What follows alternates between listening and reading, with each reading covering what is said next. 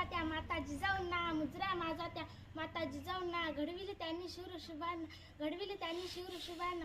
साक्षात होत्या त्या आई भवानी, साक्षात होत्या त्या आई भवानी.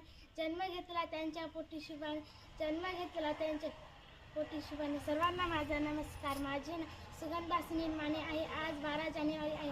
आपण राजमाता जिजाऊ यांची जयंती साजरी करीत आहोत. राजमाता जिजाऊ यांचा जन्म 12 जानेवारी 1598 रोजी बुलढाणा जिल्ह्यातील सिंदखेड या गावी झाला.